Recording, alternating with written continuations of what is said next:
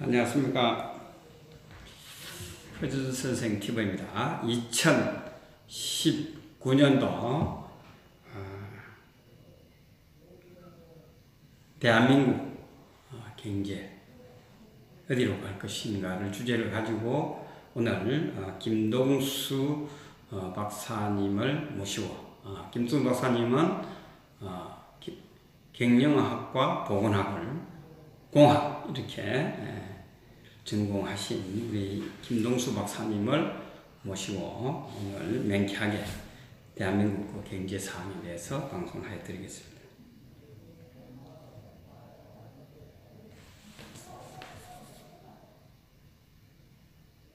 잘 들리시나요?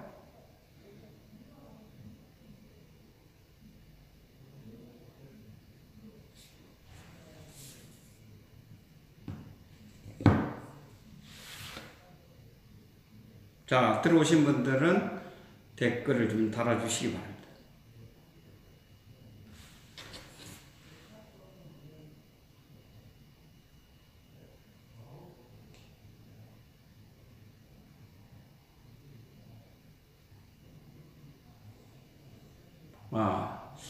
김동수 박사님을 초대하겠습니다.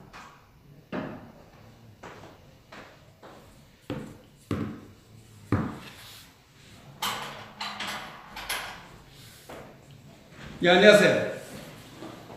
우리 김동수 박사님을 모시겠습니다. 네, 안녕하세요. 예. 네.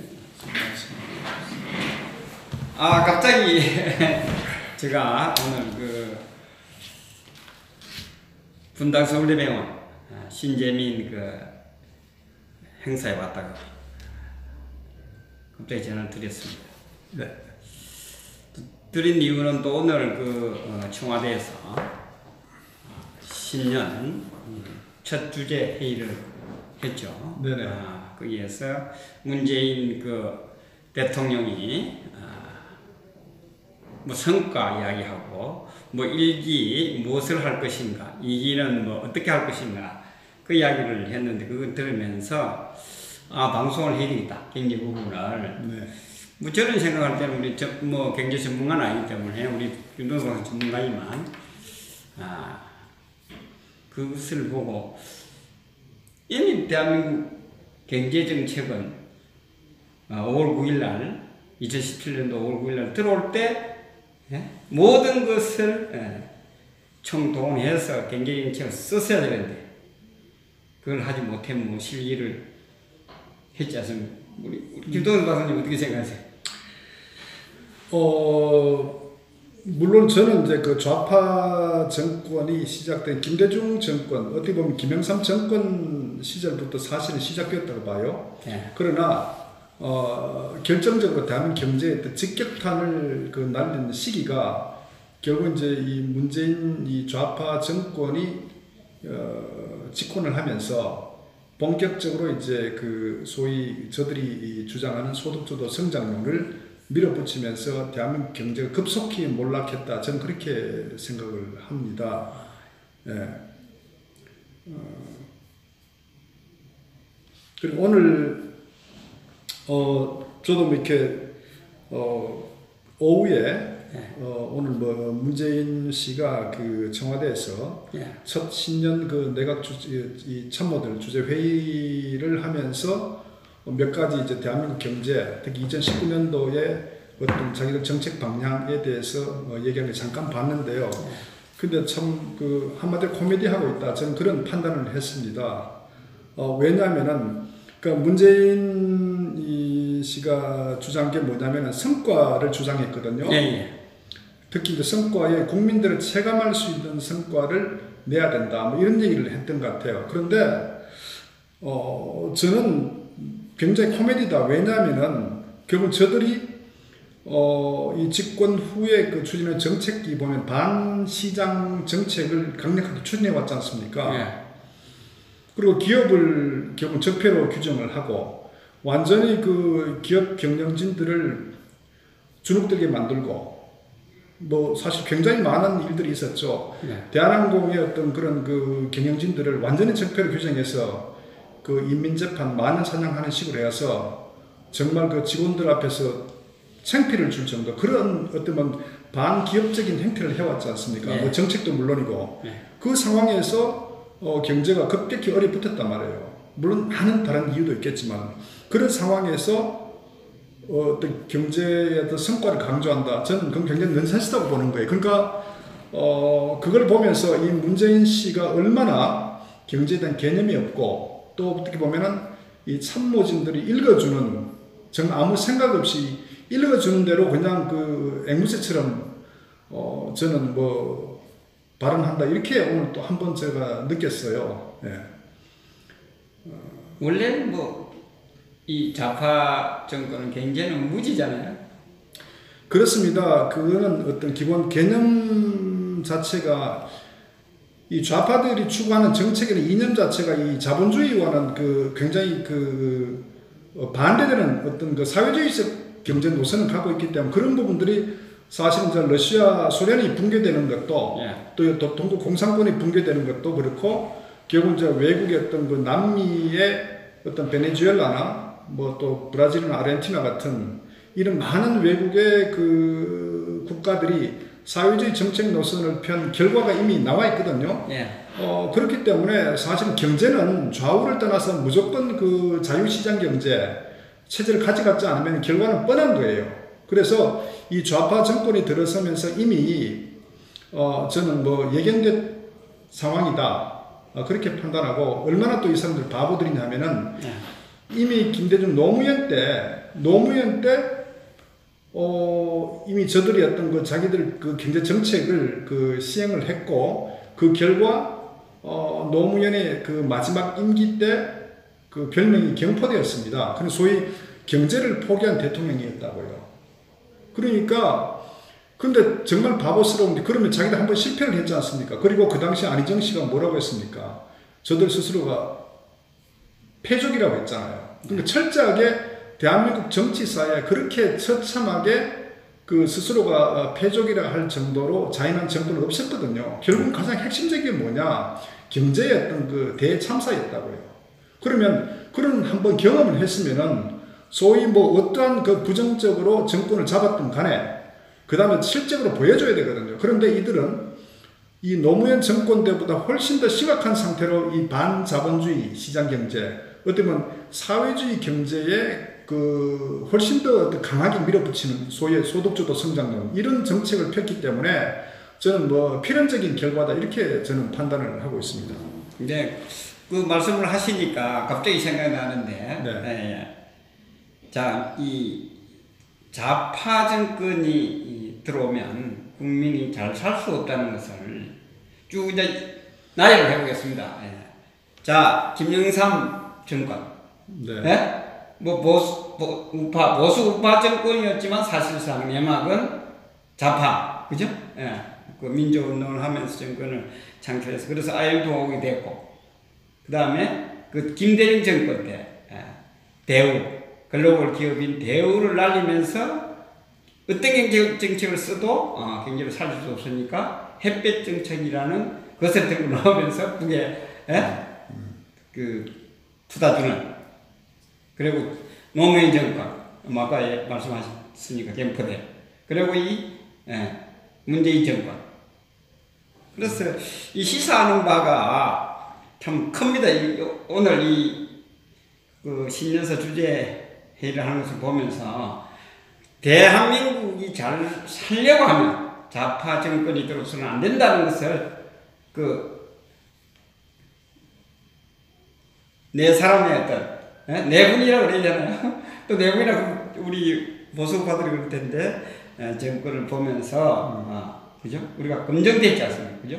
국민들이 정말 이제 정신을 차려야 될 것 같아요. 이념이 뭔지, 잘 사는 게 뭔지를 정말 모르고 너무나 풍족하게 살아왔기 때문에 이런 결과를, 오늘의 이런 대한민국의 상황을 겪고 있지 않나 이렇게 생각합니다. 이 많은, 이제 오늘 이 경제정책을 보면서 많은 국민들이 희생을 하겠다는 것을, 이 신년사에서 하고 있는 것을 보면 이미 늦었는데, 그 사람의 어떤 질병 같은 경우를, 암 같은 경우 처음에, 가감하게, 그 수술을 하든지, 그 강한 어떤 항암제를 써서 했어야 되는데, 이미, 말기에 가까이 와 있다. 한국 경제는 지금 그렇게 생각 안 하십니까? 사실은 이제 이 경제 문제는요, 이 국제 경제 환경과 또 국내 어떤 정책 방향과 이게 맞물려 들어가거든요. 네.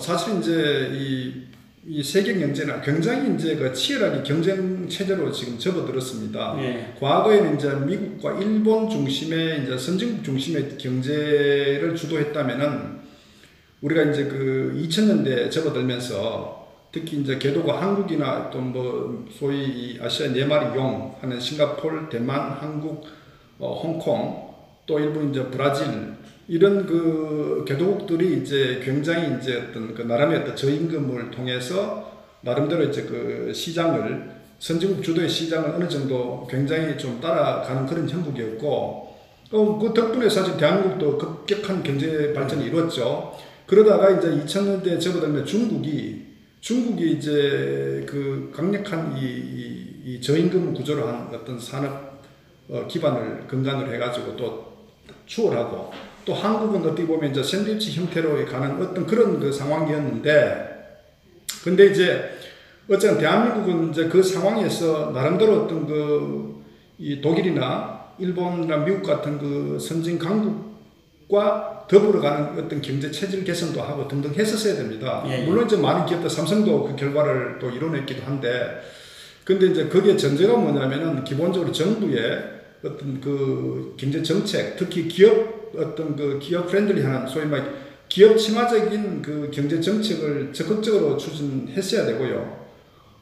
지금 뭐 뒤에 좀 말씀드리겠지만은, 그러니까 이 경제 정책은 철저한 그 자유시장 경제, 자본주의 시장 경제를 기반으로 한 특히 어떤 그 국제 간의 공조, 저는 외교 부분도 굉장히 중요한 그런 관점에서 뭐 그런 어떤 차원에서 이 경제 정책이 진행되어 와야 되는데, 안타깝게도 이제 그 말씀드렸다시피 이 김영삼 정부가 들어서면서 소위 민주화라는 어떤 그 우리가 그 당시에는 군부 정권에 이제 억압 통제됐다는 그런 그 차원에서 정말 이렇게 국민들이 뭐 환호하고 어떤 그 경제는 사실은 굉장히 좋은 혜택을 보고 있었는데, 뭐 그런 상황에서 들어오면서 이제 노조가 설립되고 또 정교조가 설립되고 처음에는 좀 환호를 했죠. 그러나 결국 그 결과가 결국은 IMF를 맞이하게 된 거 아닙니까? 예. 결국 이제 소위 말해서 이 경제 비전문가 또 좌파적 사고를 갖는 그런 경제 집권 세력이 들어서게 되면은 결과는 사실은 이미 그 우리가 예견할 수 있거든요. 그럼 IMF 맞이하면서 이제 김대중 씨가 이제 정권을 잡으면서 사실 금모기 등등 해서 그때는 국민들이 모두가 이제 대한민국 나라를 살려야 되겠다 그런 그 애국심의 마음으로 호소가 됐기 때문에 이제 정말 집에 있는 금부치를 다 모아가지고 나라 살리자는 그거였거든. 그런 저는 그 측면하고 김대중 씨가 경제를 살리에 대한 어떤 전문가라고 저는 보지 않거든요. 기본적으로 노선 자체가 이 사회주의, 반자본주의, 반기업적 정책으로 가게 되면 경제는 반드시 그 처참한 결과를 맞이하게 됩니다. 그래서 어떻게 보면 그 당시 이제 대우 같은 경우도 뭐 삼성과 현대의 어떤 그 버금갈 정도로 특히 대우 김우중 전 회장 같은 경우는 세계 경영이라는, 우리가 해외에 나가면은 항상 큰 그 편말에 대우 세계 경영이라는 정말 대한민국 국민으로 자랑스러워할 정도로 어떤 자부심을 가질 정도로 국제 어떤 그 경영에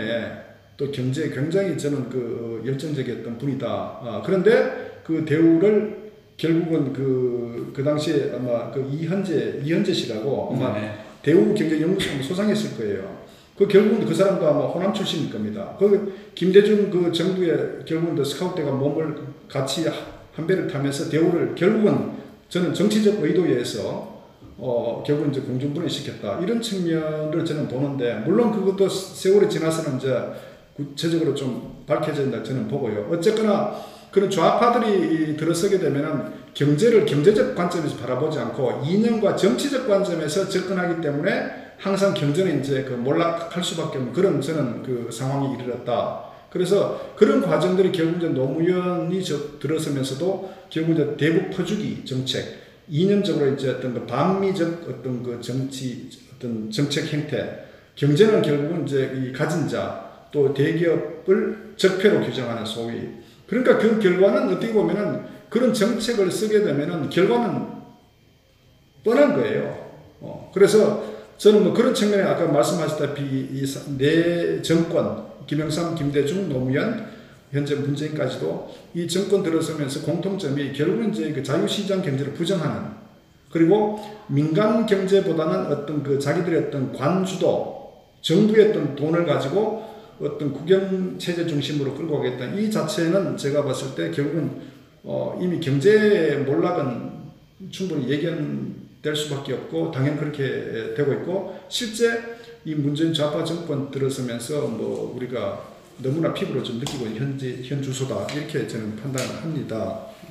지금 뭐 이 비교를 하면은 또 댓글이 그거 할지 모르겠지만 이렇게 비교를 하고 싶네요. 이 좌파 정권을 보면 우리 남자지 않습니까, 그죠? 남자가 그 가정은 돌보지 않고 밖에 바람이 나서 하는 거 똑같다. 지금 문정권도 지금 북한에 그 바람 나서 그쪽으로 하는 것처럼 이렇게 저는 이렇게 비교를 하고 싶네요. 잠깐만요. 네, 잠깐만요.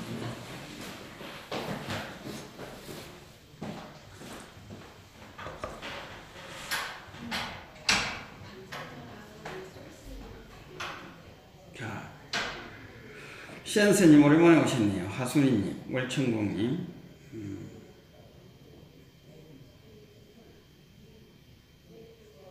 그런 아이, 정종훈님. 커피 한잔 하겠습니다.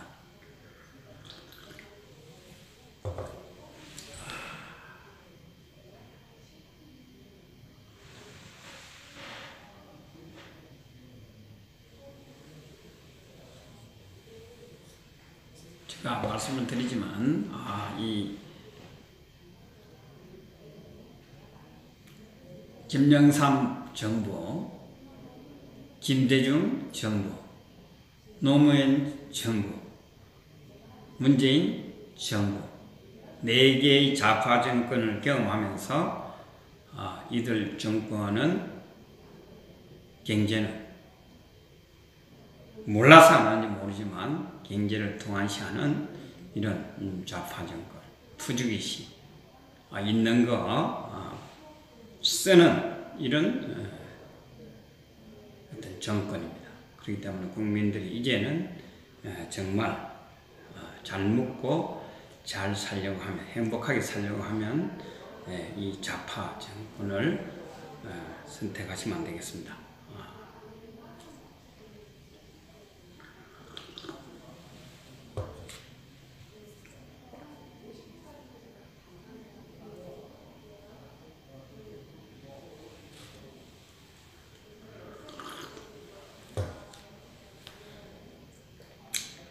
잠시 후에 대한민국 그 경제 전망 어떻게 될 것인지, 그리고 대한민국 경제 발전의 배경, 또 위기 원인은 무엇인지 이렇게 김동수 박사님과 함께 토론을 하면서 전문가의 의견을 들어보겠습니다.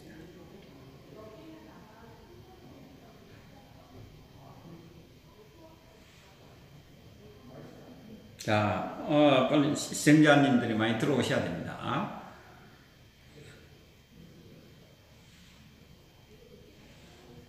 센서님, 건강이 나쁘진 않으셨죠. 걱정을 했습니다. 안 들어오시길래. RK님 반갑습니다. 자, 또 우리 김동수 박사님한테 질문할 궁금한 게 있으면 댓글 올려주시면 제가 보도록 질문을 하도록 하겠습니다. 알람 안 온 지는 오래됐습니다. 오늘 그 분당 서울대병원에 갔다 오면서 지금 추워서 모자 그 군밤장사 아저씨 모자를 쓰고 집회하고 지금 왔습니다. 좀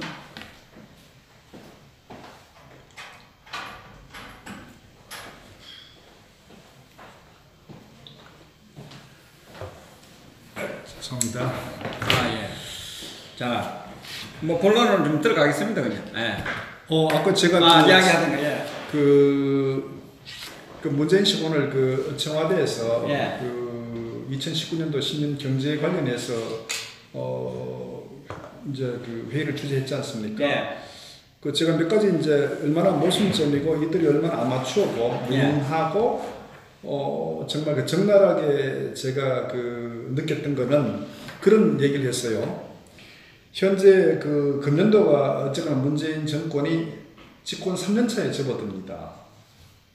그런데 어떻게 표현하면 1기 경제팀이 무엇을 할 것인가에 주력했다면은 이제 그 2019년도 2기 경제팀은 어떻게 할 것인가, 그리고 그 성과를 국민들이 체감을 느끼는 어떤 성과를 내야 된다, 이런 이제 그 논리를 폈어요. 근데 얼마나 이게 넌센스냐면은 1기 경제팀이 무엇을 할 것인가, 소득주도 성장론, 소위 말해서 정책을 반자본주의 정책을 추진해 왔지 않습니까? 그리고 그 결과 우리가 한번 돌이켜보면요, 결국 장하성 지난 그 정책실장이 소득주도 성장을 강력하게 밀고 나갔단 말이에요. 그리고 2017년도부터 경제가 하향으로 치닫기 시작했습니다. 그래서 국민들이 많은 그 비판을, 경제 뉴스에서도 비판을 가하니까 장하성 그 정책실장이 어떤 표현을 했냐면은 2018년도 작년 초에 접어들면서 여름 되면 좋아질 것이다, 그런 표현을 했어요, 장하성 씨가. 예. 그리고 여름 됐습니다.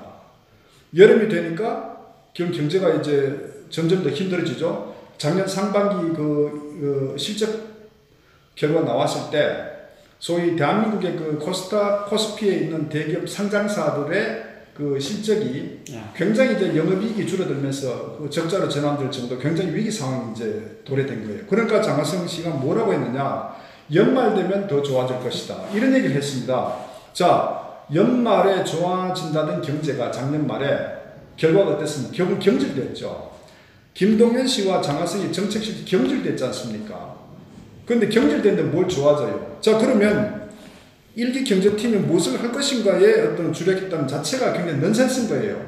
왜냐하면 이 경제정책을 그 추진할 때 우리가 상반기에 예를 들어서 한 6개월 정도는 어떤 경제정책을 입안해서 추진한다면은 1년 차는 저는 개인적으로 뭐 공감한단 말이에요. 예를 들어서. 그러나 2년 차부터는 그 실적을 보여줘야 되거든요. 그렇지, 강력한 드라이브. 그렇죠. 그러니까 우리가 1년 첫 해년도는 전 정권에 대한 뭐 탓을 할 수도 있다고 했잖아요, 정치적으로. 그러나 2년 차부터는 저는 절대적으로 그 집권 세력이 책임져야 되는, 그게 어떤 당연히 또 그 정책 방향이고 결과로 평가를 받는데, 그 3년차 접어드는데 이미 경질된 상황을 가지고 다시 뭐 1기 경제팀이 무엇을 할 것이며 주력했다는 이 자체가 굉장히 넌센스다. 그럼 왜 경질했냐 말이야. 그리고 통상적으로 이제 정권이 3년차 접어들게 되면은 통상 레임덕 상황으로 가게 됩니다, 통상적으로. 그래서 웬만한 그 경제 성과를 내지 않으면은 그 사실 뭐 레임덕은 엄청난 지지율이 빠질 수밖에 없는 어떤 그 과거의 어떤 전례를 보더라도 그렇거든요. 그런데 어떻게 할 것이냐를 또 이 화두로 던졌다. 뭐 뭘 어떻게 해? 자, 어떻게 할 것이냐? 그렇다면은 1기 경제팀, 소위 저들이 얘기하는 1기 경제팀이 무엇을 어떻게 할 것이냐 주력했다면은 이미 평가를 내렸고 경질을 했기 때문에 그렇다면은 소득주도 성장론을 폐기를 하고 정말 저들이 성과에 따라 체감을 느끼는 그런 기대를 한다면은 저는 이 경제 정책을 완전히 바꿔야 된다 이렇게 생각을 하거든요. 예. 그런데 또 왜 또 넌센스냐? 국정 철학과 정책의 어떤 방향성은 또 같이 가져간다. 그러니까 이게 보면은 도대체가 이게 논리적으로 맞지 않는 거예요. 모든 것 하나하나가 이 어떤 논리성과 일관성과 정책의 방향성에 국민들이 또 전문가들이 이해하는 그런 어떤 정책의 어떤 방향이 돼야 되는데 이 조각조각이 서로 맞지도 않는 그러니까 이제 왜 이런 현상이 나타나냐?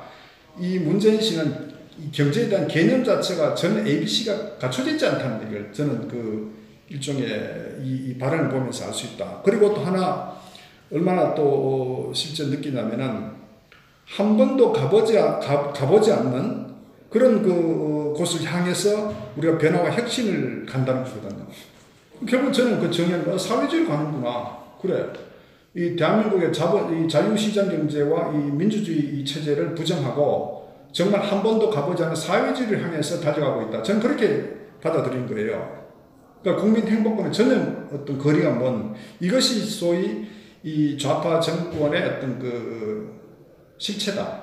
어떤 정책 방향이다. 의도다. 저는 그렇게 규정을 합니다. 그리고 또 하나 소통을 강조했어요. 소통. 잠깐만요. 뿌린생입니다.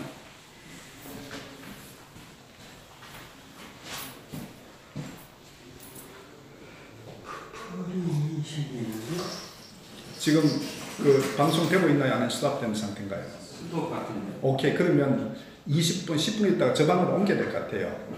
그래요? 네. 2부하고 그러지. 네, 청와대 요거 잠깐 하고 이제 2부 옮기는 거로. 네.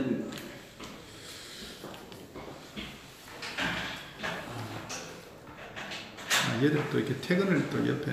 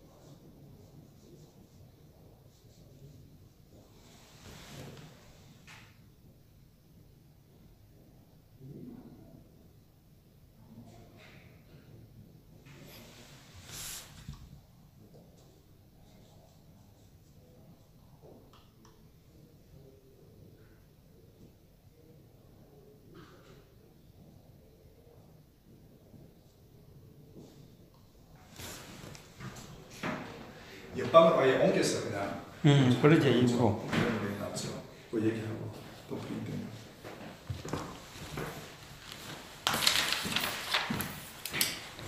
덕분에 일하지.